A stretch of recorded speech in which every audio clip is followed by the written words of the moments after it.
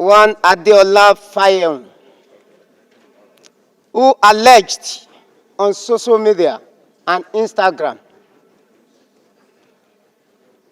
that I, a member of this house, collect basic salary of 2.5 per month, furniture allowance 7.5 million per month, newspaper allowance 1.2 million per month, wardrobe allowance 621,000 per month, recess allowance 248,000 per month, accommodation allowance 4.9 million per month, utility allowance 828,000 per month, personal assistant allowance 621,000 per month, and so on.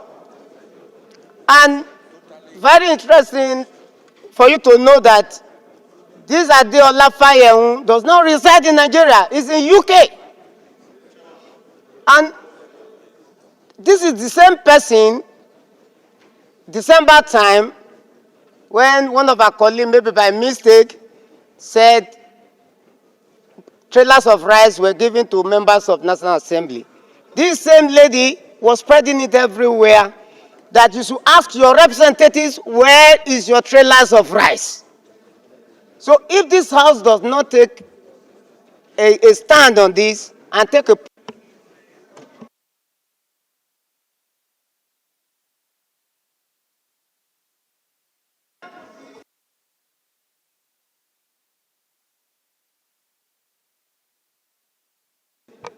if the house cannot take it as a case against her, I, Elder Leke Joseph Abejide, will take it up with her.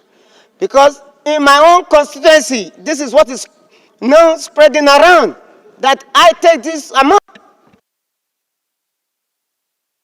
channels at a time, I put up my salary to the whole world for them to see. What is it that we are hiding? We are not hiding anything in this holy hallowed chamber. I want to bet you with you, there are some members that cannot survive more than 5 days with their salaries. Even before the end of the month comes, the request from your constituent has already taken over everything. And somebody who does not reside in Nigeria will be instigating the general public against us. And then we will be quiet.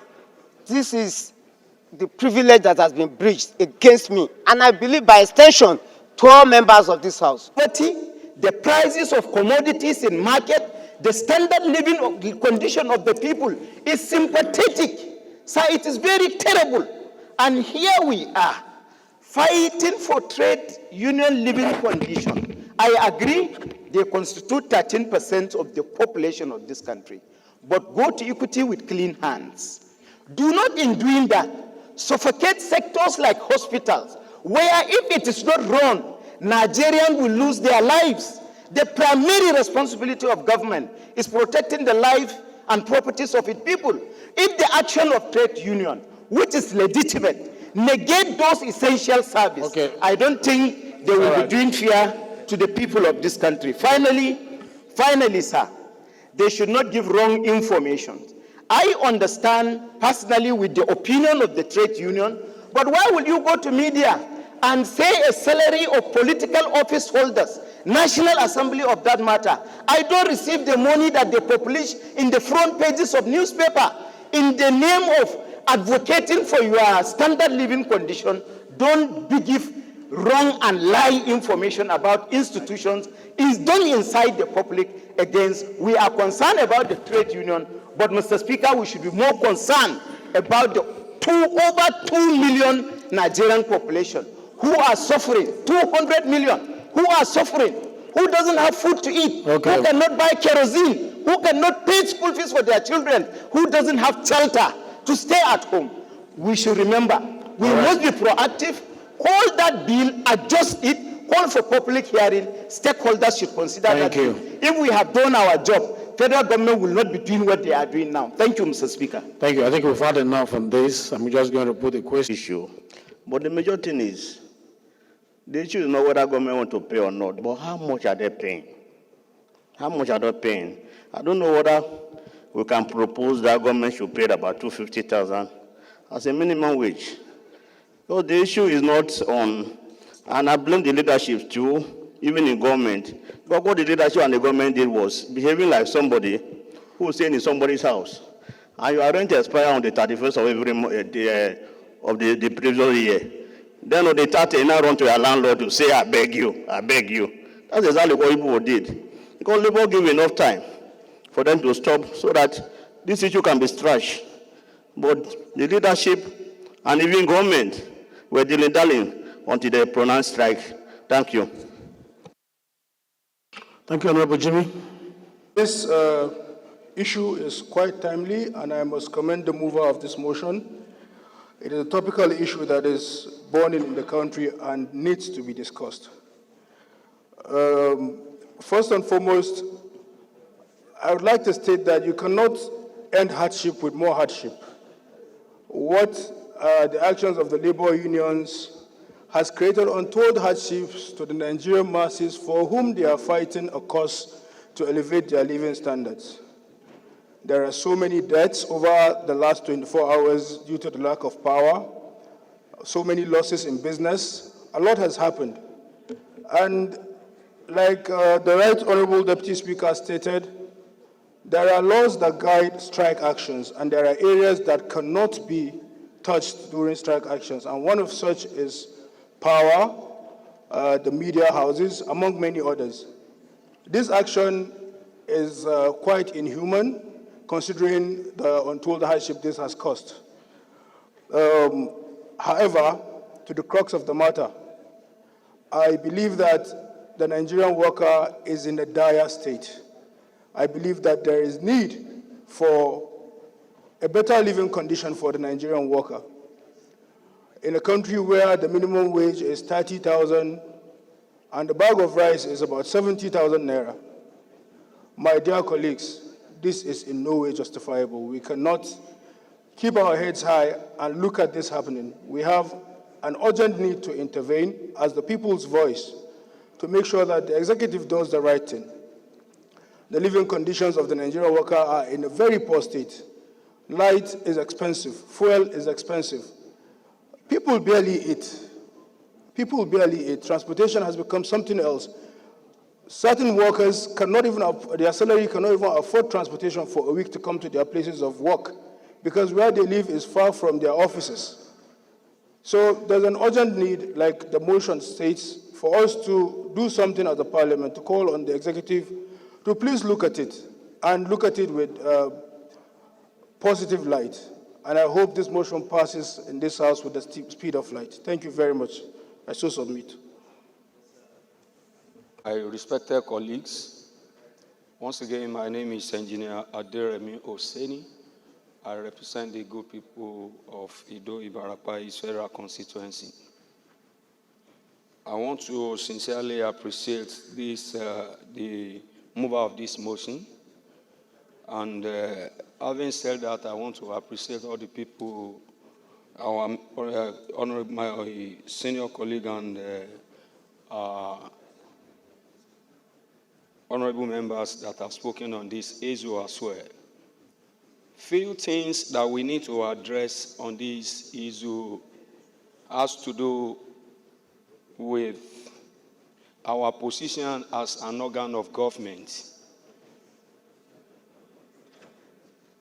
We all agreed that Nigerian Labour Congress, they have the right to present their view and their expectation from the executive. But at the same time, just like the issue of switching off the national grid has been totally condemned, I want to, at this point, reflect on a few things that we need to understand as an organ of government while we are contributing, on this matter. The fact that the minimum wage... Make it brief so that others can contribute. Yes, minimum wage seems to be very low. It's understandable. But we cannot plan completely for the executive as the people who have control, they have the idea of the amount they need to spend annually in the budget. As a business leader, we shouldn't use the floor here to look at it as if whatever amount that we need to say it should be adopted or whatever Labour is agitating for. With the issue of pretense, we shouldn't be using inflammatory statements that the executive is pretending as if they were not seeing what the Labour Congress were talking about. I think that is completely shouldn't be discussed at this point in time, with an organ. All right, thank you. Like us. Thank you very much. Thank you. Let's give other people opportunity to... Speaker, my honorable colleagues, urgent need to consider the imperativeness of fixing a living wage for Nigerian workers in order to ameliorate the current economic hardship. Mr. Speaker, the House, cognizant to the fact that the global economic outlook as well as recent socio-economic policies of government have resulted in inflation, increase in electricity tariff, currency devaluations, and other diverse economic consequences, especially for Nigerians and Nigerian workers. Equally, cognizant that the government has been locked in negotiation with labor unions toward the upward review of the minimum wage for some time without any agreement, leading to a recent interruption in the negotiations.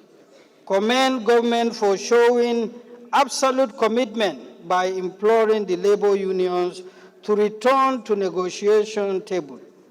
Aware that the National Assembly repealed and enacted the National Minimum Wage Act 2019 to fix the minimum wage at 30,000 naira, even when the proposal of the executive then has suggested 27,000 naira at the time being. And also aware that there was 40% wage award by the former president. Also aware that in line with Section 3, subsection 4 of the Act, the extant minimum wage, which commenced on April 18, has expired after the validity of 5 years on the 18 April 2024, thereby calling for a further review of the existing Act. Note that the implications of payment of 35,000 wage award by the federal government to public servants as one of the ways of cushioning the effect of current economic hardship, including the May 1st pronouncement of percentage increase in salaries of civil servants, has for the time being increased the total amount received by civil servants to 77,000 naira monthly. Also note that labor, employment, and productivity unions has since demanded for a living wage as against the minimum wage to meet today's economic reality.